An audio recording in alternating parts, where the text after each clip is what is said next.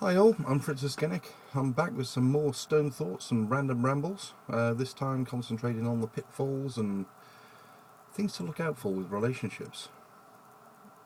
I mean, it generally starts with a toothbrush left in the bathroom for sleepovers. Innocent enough it might seem, but don't be fooled.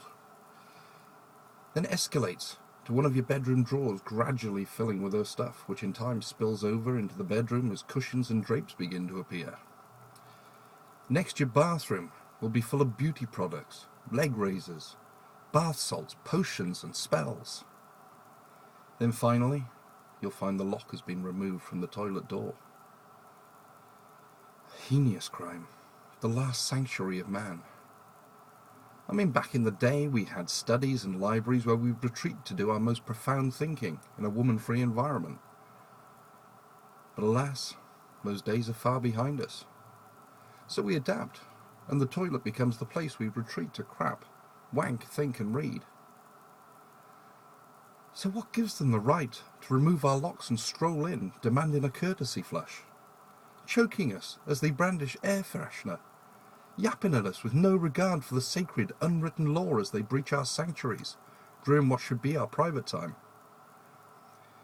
If unchecked, you'll one day come home to find all your possessions boxed up and stored, to make way for the rest of her stuff, with the final touch of the dreaded bowl of potpourri.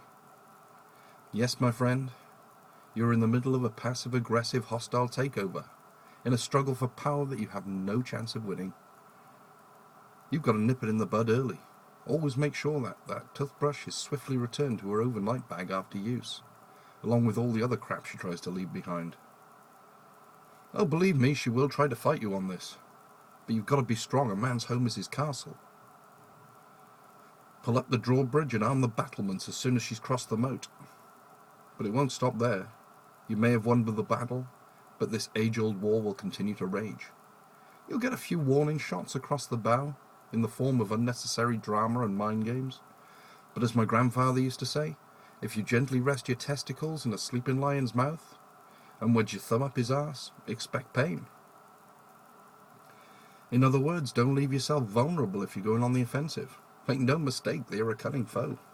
Even the strongest of us can be bested by a seductive smile or the promise of a shag. But it's a rookie to think that the game isn't afoot. I've seen so many of my brothers in arms make complete twats of themselves in this battlefield we'll call love, obliviously giving in to a great cleavage as he flirts and squirms like he's fucking the hole in his trouser pocket. And so we don our black armbands for our fallen comrade as his Facebook status changes to in a relationship.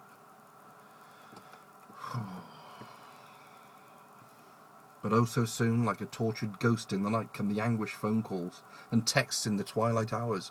Why is she doing this to me? What fresh female insanity is this? And so we weep, for we know he is lost to us, and we pray that he will find peace. We find ourselves agonized in the knowledge that if he'd just wanked his brains out before engaging her in conversation, this turmoil could have been avoided. But then comes that fateful day as you sign into Facebook to see his status change to married. And you know he is dead to you in his servitude to her. Because the next time you see him, he seems confused, subdued, and can't make a decision for himself. And you see the mortal dread in his eyes as you ask him if he'd like to meet up, and he chokes before rushing off to call her to find out if it's okay. And you know deep inside that the battle is lost and your friend is beyond help. He's like the guy in the red top in Star Trek. As soon as he beams down, he's fucked. At least back in the old days, they had the decency to hide the crazy and introduce it slowly so as not to scare you away. But alas, times have changed. These days they just expect you to accept it and strap in for the ride. And what a roller coaster ride it is. For are we not all veterans and contestants in this game called love? See you next time.